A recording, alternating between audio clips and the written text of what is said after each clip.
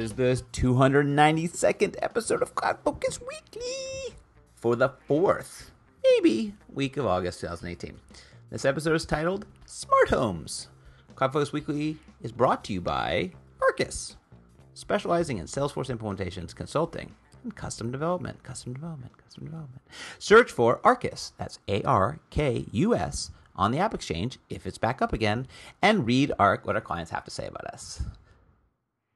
I'm your host, Jason Atwood, and joining me, co-host 292 times in a row, consecutively, is Justin Edelstein. Justin, is the App Exchange back up and running? I haven't checked this morning. Well, we had that outage a couple weeks ago. Yeah, that was fun. And the Trailblazer community. Said with sarcasm. I just can't get past that. So it's hard for me to call it the Trailblazer community. Well, it's not with that successful rebrand anymore. Well, it's still success.salesforce.com. When do you think they will rebrand Dreamforce the licenses to Trailblazer? Yeah, Trailblazer licenses? CRM and Trailblazer Unlimited and Well, there's a new community license brand type thing. It's just called like external identity or something like that. So I'm going to throw this out there into the universe. You proposed a podcast the other day, and I want feedback from the universe, a.k.a. the listeners. Would you, and you can hit us up at Jason M. Atwood and at Just Edelstein, would you be interested in hearing a lightning debate between Justin and I? A challenge. Yes. A duel. Where we talk about the pros and cons. I'll maybe take con.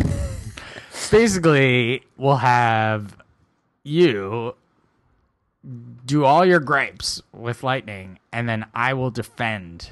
I will be the defender of Lightning, and I will back down when, yep, okay, that's missing, or that's wrong, or that takes too long, or whatever.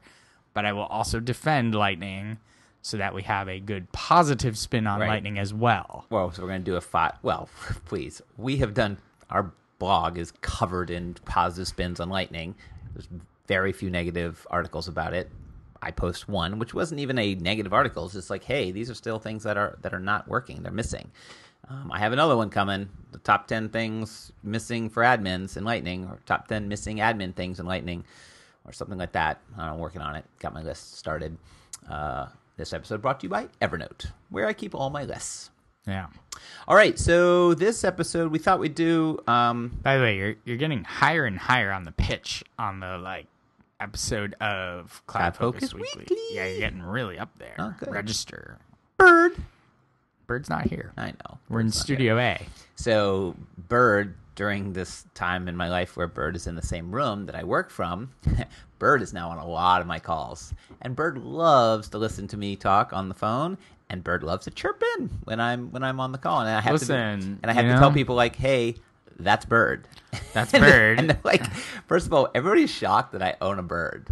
And I'm, the story behind it's a little sad, but anyway, but I'm like, they're always shocked that I own a bird.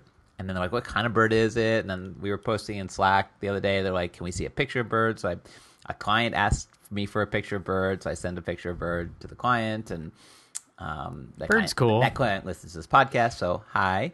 I like how Bird is just called Bird now. Bird had a name. Has a name. But doesn't get called its name. Bird. Bird's the best bird in the whole bird world. That's what my wife says. Bird. Oh, it's ridiculous.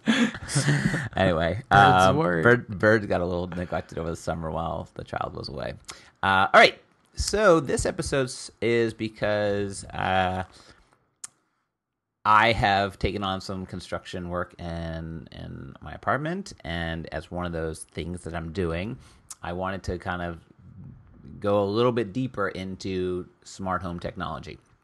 And, I live in an apartment, so I can't go too far. I mean, I can't do garage openers and stuff like that, but I'm going to go pretty far. I'm going to do a lot because it's like, hey, you can replace this thing with this, or you can replace it with this. So I'm like, oh, let's replace it with that.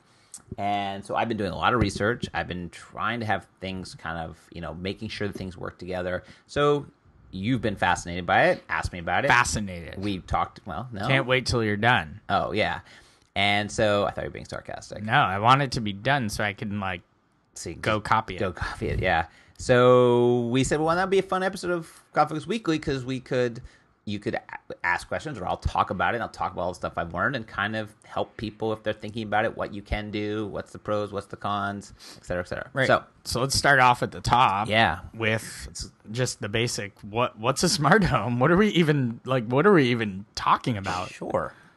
Smart homes are really about homes that have automation in them. So things that can happen by themselves and can be, communicated with through your phone, watch, voice, and just things can happen automatically.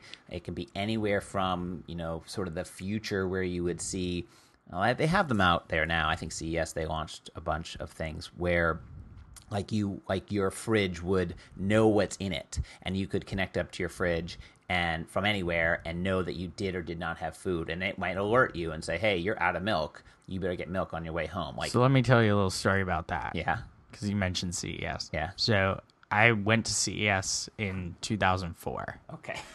2018. Yeah, yeah, that's the point.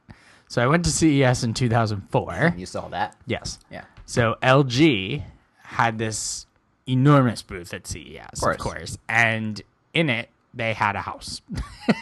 Like in the booth, or the booth itself was a huge house with a garage and a front lawn and basically an opening so that you can see like a kitchen.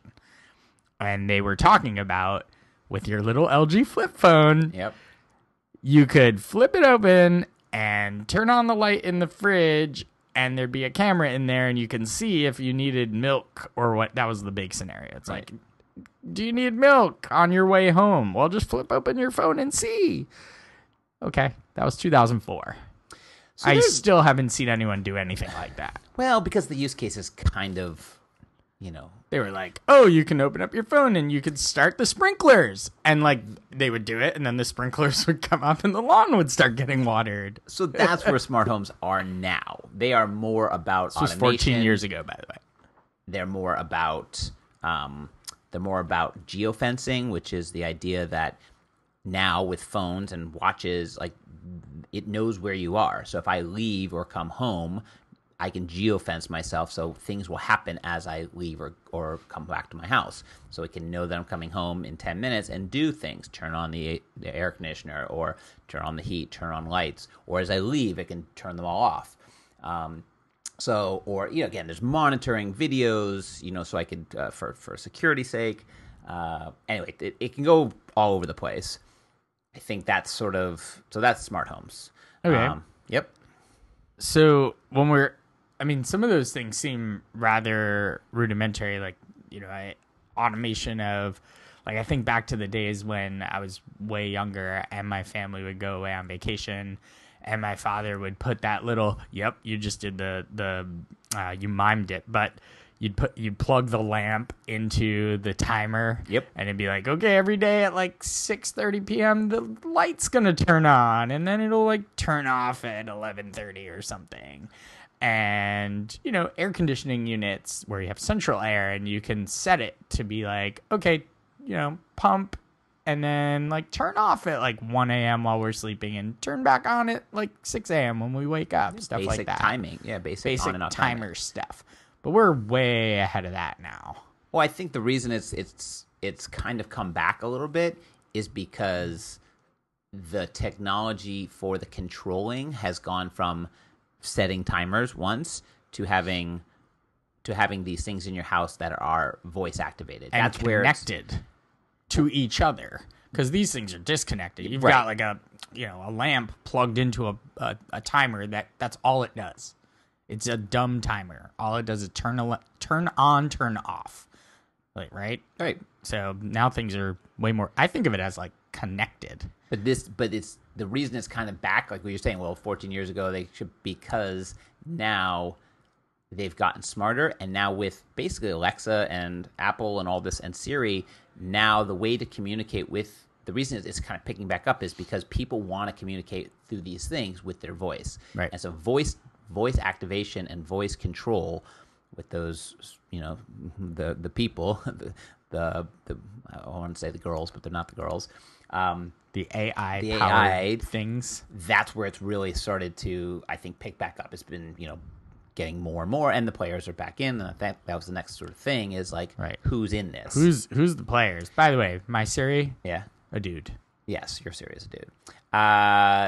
So right now, again, there are tons of manufacturers. So if you're looking for the manufacturers, of the devices, there's tons, and I'll talk about some of those out there, the ones that I'm sort of researching. But there's three big players in the automation space for the sort of total home connectiveness. So making things work together and being able to control. Then it's really the three big players. It's Amazon with Amazon Alexa. They have a smart home. It's really the Echo. Through the Right. Echo Through or the not. Echo. Or not. How do you get to Alexa? Oh, well, Alexa's kind of open, so they've allowed other manufacturers to just use correct. Alexa technology. That's right. So Echo's Amazon's version of the hardware. yes, but that's not just as we'll talk about, right? Yes. There's other players can put Amazon Alexa in it, but let's call it Alexa. And then there's Google with Google Play and Google Home. They have the automation. And then obviously there's Apple, and Apple has their HomeKit. In terms of the different players, what's interesting now is everybody's becoming very agnostic. So when people are making their lights and their switches and their TVs and whatever, they're all they're making them so they can work with each other. And that's really been my theory about trying to build out mine, because I don't know which one of these horses is going to win. I mean, I bet a lot on Apple, and so far I've done really well. Generally speaking, you bet on Apple. Right, I do bet on Apple, but I also like they sometimes reverse course, so I don't want to be all in on Apple and not be able. So what's nice now is that when you're buying, as you build your smart home, make sure that that will work with multiple things. And we're going to talk about some of the manufacturers, but you want it to work with more than one thing. So in terms of the players that you just mentioned, those are more, if we can bring it to those are more the controllers. They're the hubs. Right. So they're the things that you would speak commands to and it would perform the action, or set up in advance a series of things that you could either put on a timer or say hey, whatever the command is, hey Siri, Alexa, blah, blah, blah, do this thing. Right. And that thing is sort of set up by you, and it can then step through a series of events, or can do a singular one-off task if you wanted to. Yeah. Like play some music, fine, that's singular. Or set the mood in wherever, and that can do a whole bunch of things. But that's sort of the first piece to the smart home is you do need them to have some place to connect into. So you could go and get Philips Hue light bulbs and light strips and whatever. They got a ton of stuff, and you could just connect them up, and you could use the Philips Hue app, right? That there's an app. You can open it up, and I could turn lights on and off, and I could use if this then that. It's sun to set. I could have it tell this app, or I could use the Wemo stuff. That same thing in their app. That's sort of interesting. I've been doing that for years. I mean, I have Wemo stuff, and I have Hue stuff, and I have Apple stuff. But where it's getting interesting now, and where I'm trying to get, is I want it all to work together. I want everybody to play, so they all can, be commanded together. They can also be named, and they then can turn into scenes, which is what we really want, which is grouping. So I can have 3 or 4 different things all talk and work together and to control each other to do a whole bunch of things at once. So that's really that's really where it's going, and where I'm what I'm trying to get to, let's say this year, is the ability to control multiple things in the house, anything from lights to towel warmers to speakers to shades to music, all through just walking around the house or on my phone or on my watch through geofencing. Again, I could walk home, and as I get close to home, a whole bunch of things could happen. Lights could come on, turn to certain colors, music could come on, and shades could move up and down, accordingly. So that's sort of the kind of stuff you can do. That's where I'm trying to get. But it's the hub is the important thing, and you kind of have to pick a player. And I'm picking Apple as the hub, and that starts with. So what is that hub? So you need What's one the of two physical things. thing? You need one of two things. You either need an Apple TV, which can act as the hub, Okay. or you need a HomePod. Okay. So an Apple TV can do all the work that a HomePod can do, except the speaking part. Yeah, so that's where you can't speak to the Apple TV, but if you have a phone or a watch on your wrist, Yes. you can speak to that. Yeah, so before I had the HomePod, I could go in and go to my watch and say, "Hey, you know who? Turn on the living room lights," and it would just go okay, and it would do it. So that was cool. It's like, oh, I can control that, but is on my watch, and super cool. And you could open up the app, the Home app, great. But now with the HomePod, now it's a device that's in that anybody in the house can use, and I can control more things without having just to be on my watch or my phone. And that's where it's kind of gotten. That's where Alexa brought it more interesting, and that's where the HomePod's kind of brought it more interesting, is because voice command is where people want to be. To take out your phone and to open up an app and to quick to turn off the light. Well, it's like I might as well just go get up off my tuchus. But now with voice, I can do bigger things and more interesting things. So is that where you started, with just like some lights in the living so room? I've had them for years. I had one thing working. I'm a Jets fan. It was very cool when the Jets scored. Yeah. The lights started blinking green. Yeah, so I had it set up so it's fun. With if this then that, it would look at scores, and anytime the Jets would score a touchdown, it would make the lights on the top of my entertainment center blink green. I get it working once. Always fun for me because we're watching the game and the Jets score, and then 15 minutes later the lights start blinking. Yeah. Well, and as a Jets fan, they don't blink a lot. They don't score that often, so it's you want them to blink when they actually score. I mean, the ones that I've kind of been using for years that I've really enjoyed is sort of more of the timer stuff. So setting up a bunch of lights, whether it be in the holidays or even lights just around my house that are controlled. What I think is more interesting is like controlling them via time of day. Relative time. As opposed to like 6 p.m., it's like, no, right, sundown. So for here in the Northeast, right, 6 p.m., so for lights like for holiday lights or stuff around, I would have them come on like 30 minutes before sunset and then go off at 10 o'clock. So I don't want them to go past 10, but I want them to come on at a certain time. And you can do that type of stuff. Again, basic home stuff, but not really controlling them, but kind of setting them up to do it. And that has been for years, and that's been nice. And how were those set up? Like, what was the? Because it's not just an Apple TV and some lights, right? So like, what are the lights? Are they plugged into something special? Like, how does that work? So where I started was just using that. So you could buy. I was using Wemo. And Wemo has We've talked about Wemo. We've made it a pick before in the past. So it's Wemo's a brand by Belkin. I think they actually just spun off, and they're their own thing now. But home automation, they make a bunch of different things. What most people do to start is because they don't want to replace their outlets. They don't want to replace their switches. They just take a outlet. They stick this Wemo thing in it. You connect up, and then you can connect up to it and control it, right? So you can then do what I've been doing, which is lights go on and off. And again, it's fun for the holidays and for that to have things kind of happen automatically. Right. I think I've given this example before. So the Wemo itself, you plug into an outlet, and then it has it plugs in, and then you can plug something into it. Yes. And it is essentially a switch that you can manually click on or off, but you can also control via the Wemo app.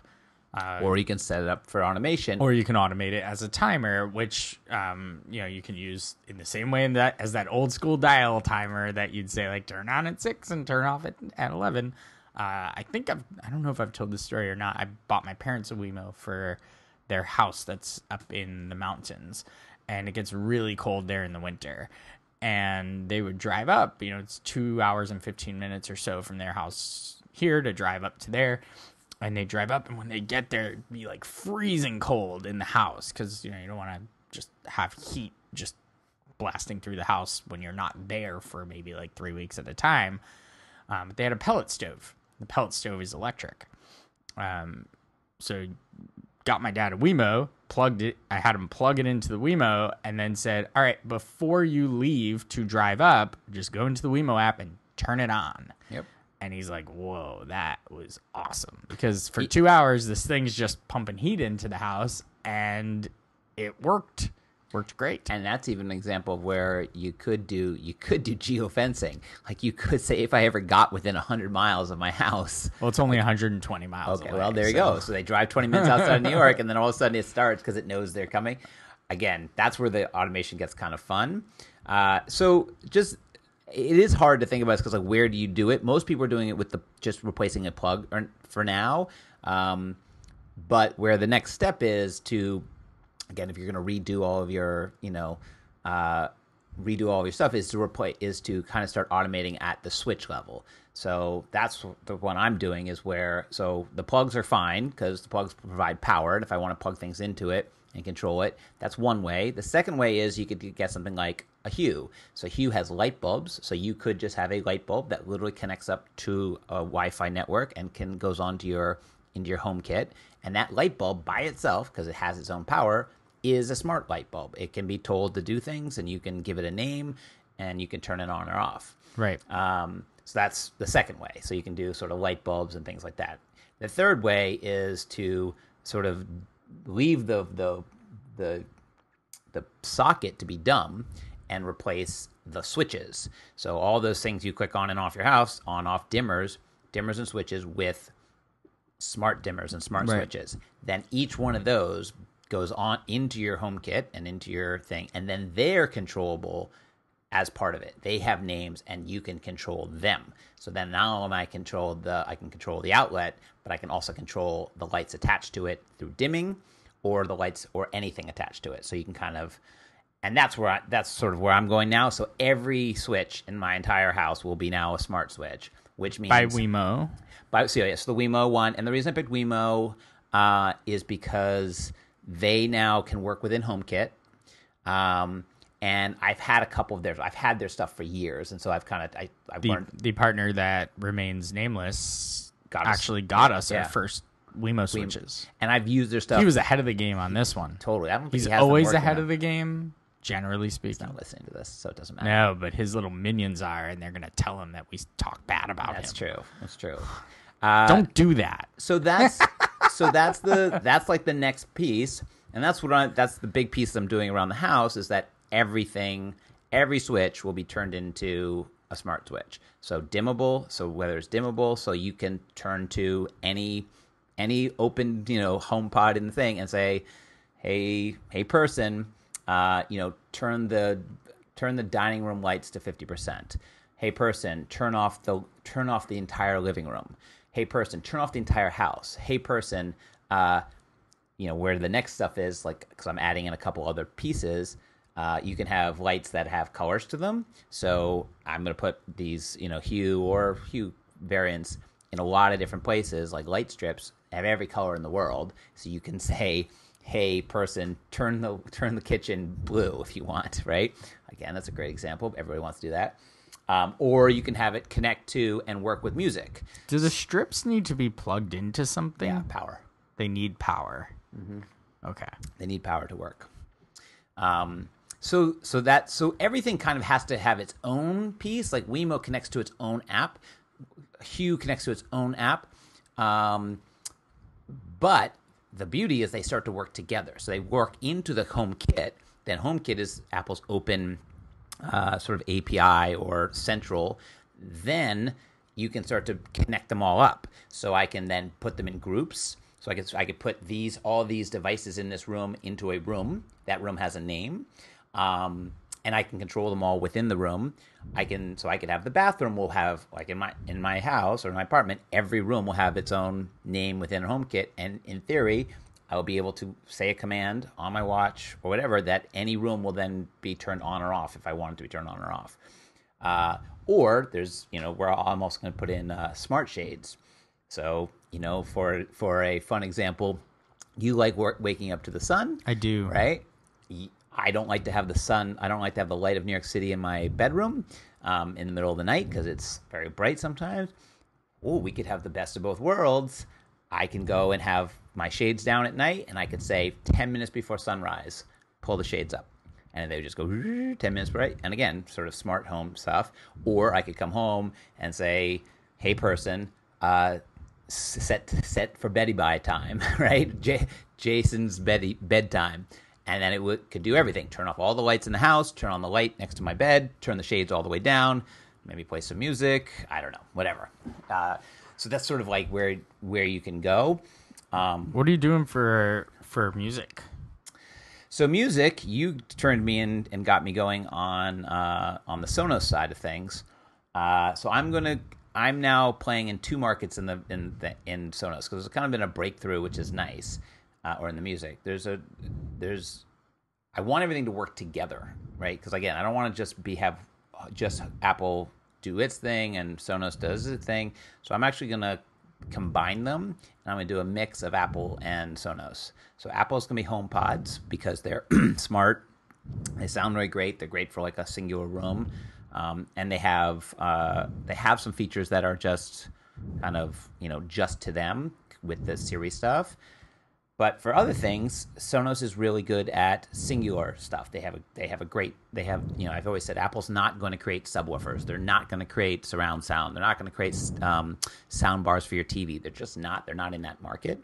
I don't think they are. And watching them, even I was saying the most profitable thing on the planet that they sell, they only make 2 versions of it.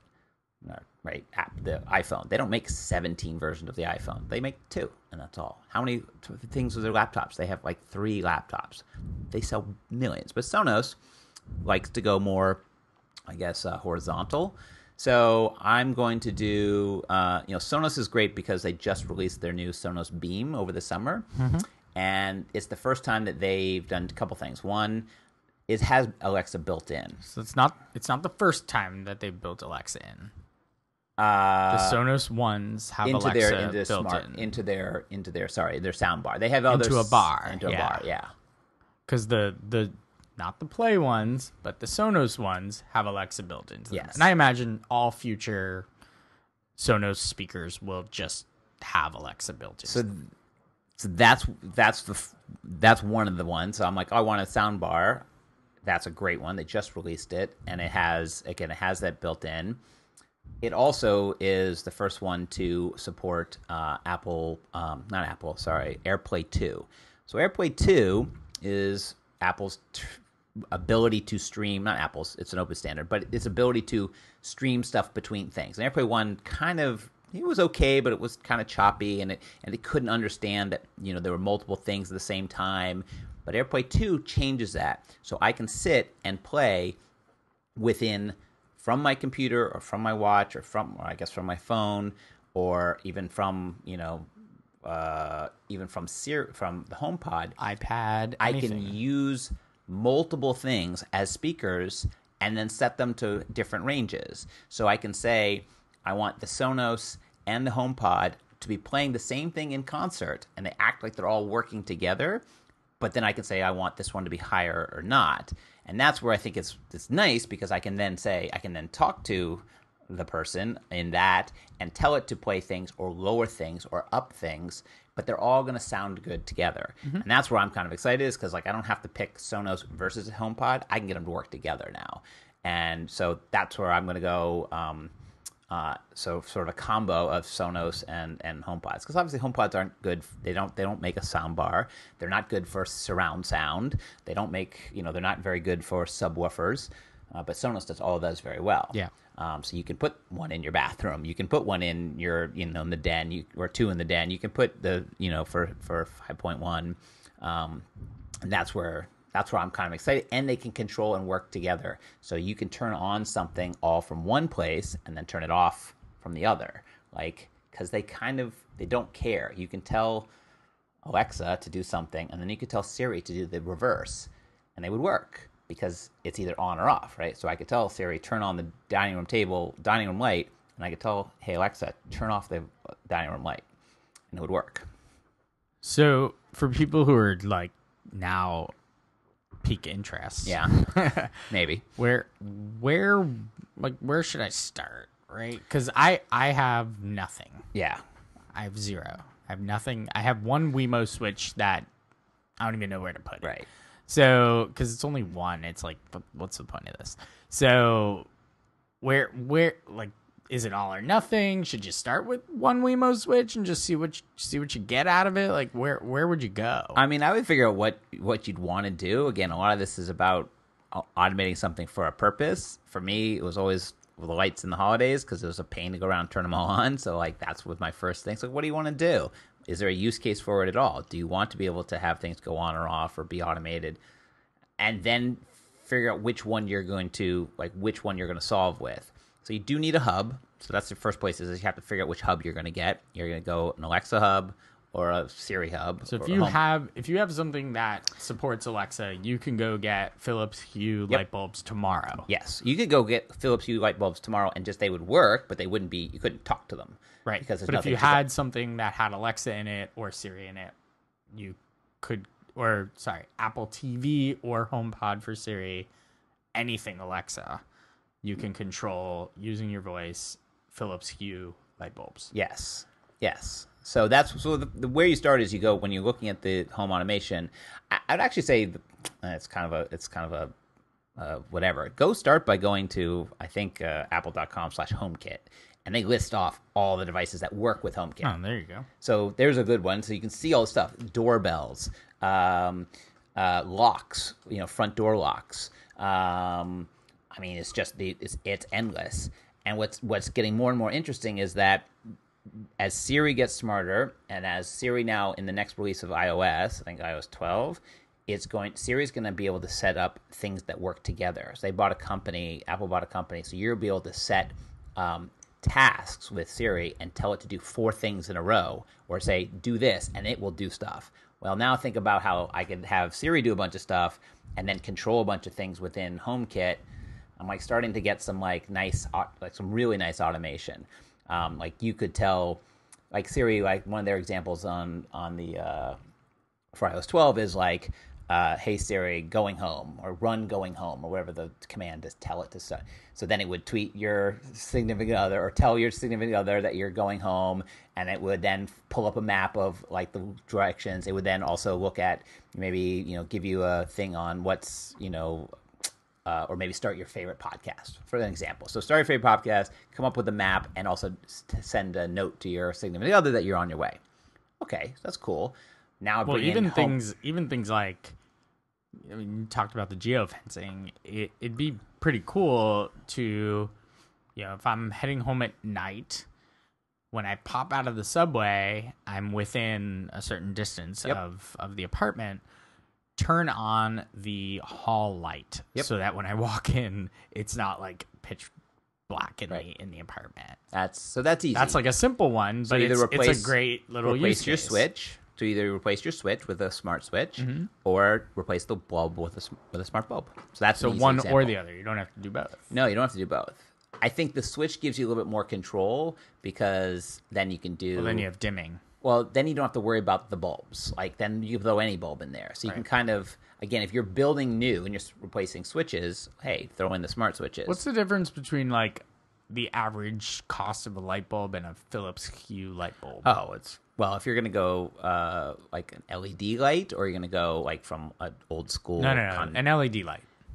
Oh, it's at least double right now. I mean, how about they'll last the billion years. Really? Yeah, okay. Yeah. So they don't like burn out or anything like that. I mean, here's the thing. It's a technology thing, and we all know that like technology is ever changing, and I'll tell you some downsides. You're connecting using a standard, right? So it's usually Wi-Fi. Well, I once renamed my home network from whatever I named it to something else. Yeah. Well, guess what stopped working? Every single thing. Everything stopped working. Everything stopped working. Yeah. I had to go I'm not connected to that thing anymore. I had to go to every device, and I had to reconnect them. Right. Every device just stopped working. And all these devices kind of connect by creating their own Wi-Fi network first, usually, right? They connect to the Wi-Fi. How you start them up is, yes, you have to reset them, go to the app, connect to them directly, tell them app. Go find that Wi-Fi. And here's the password for it. Right. So yeah, that's one of the downsides is they're all with Bluetooth, Bluetooth, I think 5, I think they're getting much better. So like, again, I don't think this is a forever thing. And that's sort of the hard part of doing home automation is that people are building houses for 30 years. They're not building them for 5 years. But technology is moving at such such a fast pace that, Bluetooth 5, the new versions of Wi-Fi, and it actually is a lot of, if you go look at your router, you better make sure you have a router that can support a lot of devices. Like I look at my router at home, you see maybe 40 devices connected to it, right? Because it's everything. Every switch in my house is connected. My shades are connected. All the Sonos devices are connected. Right. They're all, the watches, it's a lot.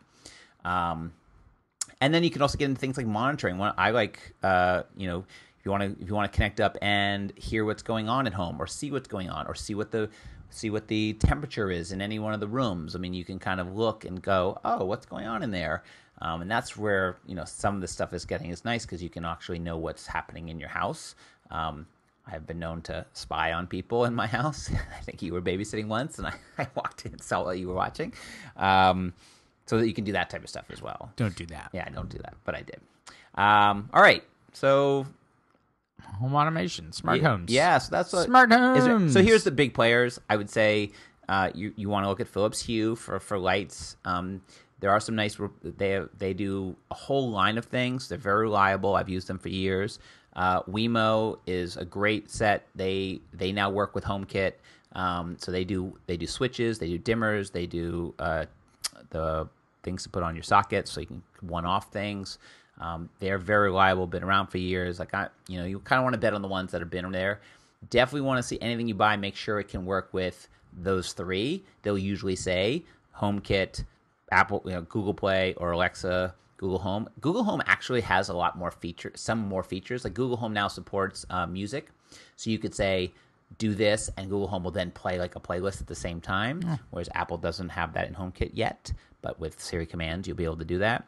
So, set the, turn to shower time, and it could turn the lights down. And it's shower time. Sonos is great. They're really getting into it with their speakers, and obviously Apple. I'm trying to think who else that I'm using. I think I'm using Lutron for the shades, for the smart shades.